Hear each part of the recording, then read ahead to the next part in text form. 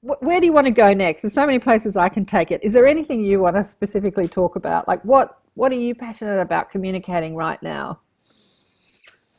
Well, my favorite text of all is actually not the Law of One, but the Course in Course in Miracles.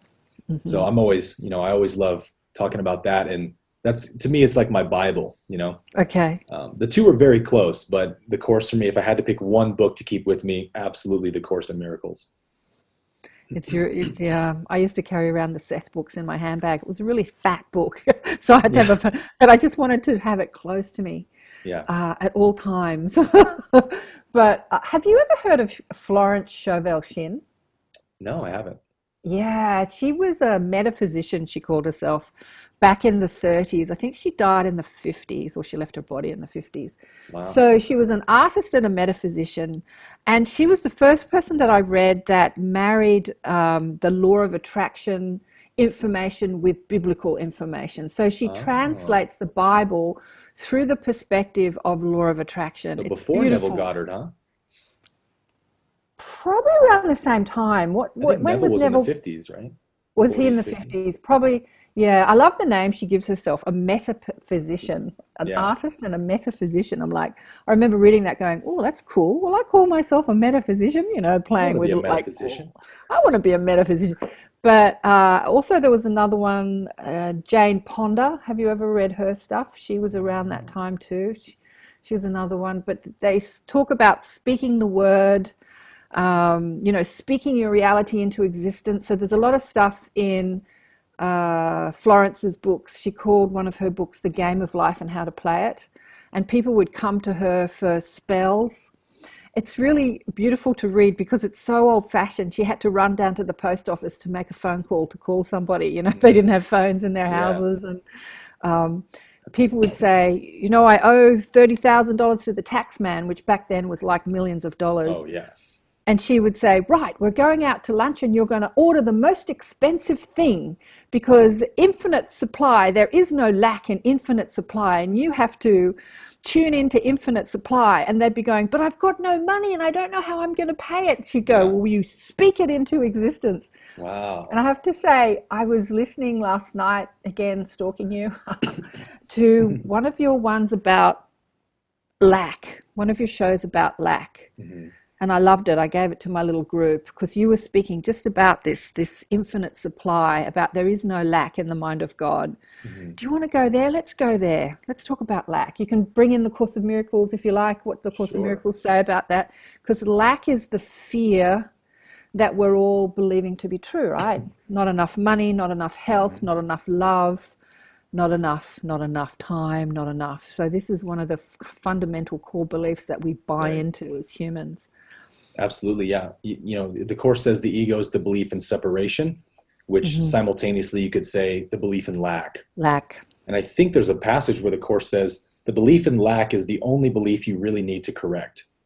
That Hmm. really needs to be corrected because out of lack flows every misperception, basically.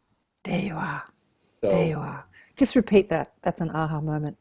The belief um, in lack is the only. yeah, the belief in lack is the only belief you really need to correct. Right. Once that's corrected, there's really nothing left to do. That's how Hmm. deep and pervasive it is. Right. Ego perceives everything through the filter of lack. Hmm. Um, and, from the perspective of an infinite creator, an infinite universe, literally the only thing that can't exist in an infinite universe is lack. Right. So I think the mistake we make is believing that if there is no lack, then I should be able to possess everything I want instantly all the time, no matter what. Hmm. And so if I want a Ferrari, I should have a Ferrari immediately or I'm lacking it, right? And that's not the way the universe works. The way the universe works is it's all out there, infinite supply. Hmm. But you can't have everything all at once, otherwise you would not have any experience, right? It'd just be a meaningless circus show, right? Hmm. So if you want something, you have to attract it to yourself through your attention, through your awareness. So the Ferrari's out there, you can go get it. The universe isn't lacking any Ferraris, but it's not, just because it's not right in front of you doesn't mean you're lacking it. And the ego says that does mean I'm lacking it. Hmm. So it is a bit of a changing your paradigm of how the universe works. Absolutely. I remember I was thrown out of a house I was living in. I moved in with a woman who had a bit of a nervous breakdown. Another beautiful, wonderful lesson. But I found myself homeless and living in my brother's back room, and my daughter, the cat, and myself in the size of a room that's like you could fit a single bed and walk next to it, and that's it. So all of Oh, us are in wow. there. But we were living in a suburb in Sydney, which is one of the most affluent suburbs in Australia. Mm. And so I'm living kind of like this homeless person. My sister-in-law couldn't stand the cat, so the cat had to live outside. So I had to wave to it from the window. It's hilarious. So I'm sort of all up in my woe's me story, poor me, lack story. Right. And then I remember driving around the suburb, contemplating this, there is no lack, it's only your story, thinking, how can you say, like I was saying to myself, how can you say you live in lack? Just because you're homeless at the moment, you're living out of a suitcase, you and your daughter and the cat, you're living in one of Australia's most expensive suburb. You're surrounded by, Right. wealth. You are surrounded. You're literally swimming inside abundance. You might not have it in your bank account, but you're literally, and just trying to change my mindset from this lack situation to like, look at where you live. Look at the abundance. Yeah. Look at the abundance. Like, Yeah. where are you placing your focus? On your lack or on the abundance? Like, where do you want to look? Yeah. Because whichever one you place it on is what you'll create. Right. And that's part of what the law of attraction is for, is, again, we're not supposed to have access to everything we want instantaneously all the time, because then that wouldn't be an experience, right? The whole point of it is that in chasing what we want, let's say wealth, if you're poor, you want wealth. Well, in pursuing wealth, that pursuit gives you all kinds of lessons in spiritual growth that you couldn't have gotten any other way. So it's like the universe uses your desires as like a carrot it dangles, says, come and get it.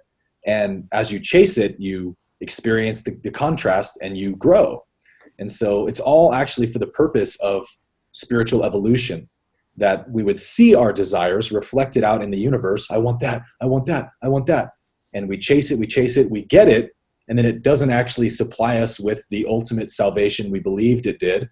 And so we learn what we really want. Our desires change, we evolve, we chase new desires. And that keeps happening until eventually we realize everything I want has always been within me. Mm-hmm. Nothing outside of me can give me anything that I lack, because I don't lack anything. So that's when you actually understand what abundance means. It means everything I want is inside of me. And everything I've ever chased was actually just a symbol that represented the essence of what I really wanted, which was always an aspect of myself. Yeah. Beautiful. Which was union with the true self. Yeah. Union and communion with the true self, and not the belief of the ego and separation. Okay, so in a lot of your videos, you talk about ego. And I have a slightly different perspective to ego than you. Because once you are not attached to the ego being you, you can actually totally love it.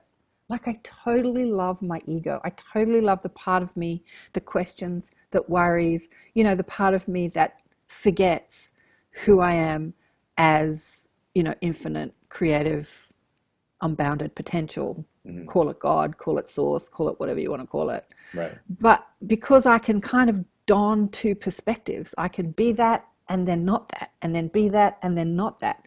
Mm-hmm. So I've stopped fighting the ego. I've stopped trying to overcome the ego. I've stopped trying to resist the ego, because I love her.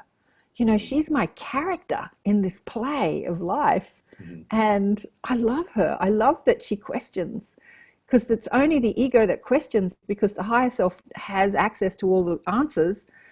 So who's questioning? The one that doesn't remember, right? And that's the part of the ego. What do you want to say about ego? Because you talk a lot about transcending and overcoming the ego. Right. Well, yeah, you can't make the ego an enemy, because you weaponize it if you do that. Right. So you have to love the ego to heal it. And to love the ego is simply to understand it, to know what it really is. And, making the ego an enemy is the most pointless thing you can do, because from ego's perspective, it thinks it's your best friend. It thinks it's helping you, right? And and it is in a way, but it's that part of our human psychology that was forged through our evolution. a million plus years ago. Whenever the higher primates in Africa that we evolved from started to name objects, like they would use guttural noises to name rock, tree, banana, etc., that's when the ego started to develop, because now we have labels. So there's a part of the brain that needs to remember labels. And that's what we call ego. That's the origin of ego. And as that continued and language became more complex, eventually they would have started using noises to name each other. So I give you a noise, and that's your noise. So at that point, the mind was able to do an about face, so to speak, and flip in on itself and become an object to itself. And that's what we call self-awareness, where we know as a concept that I exist. And that's where separation comes from and the whole shebang. So to me, ego is not everything that makes you a human being whatsoever. I think that's a horrible definition of ego that doesn't help anybody. If we want to talk about what ego is, we need to talk about what is it we're trying to transcend? What's the problem here? And the problem is, of course, suffering.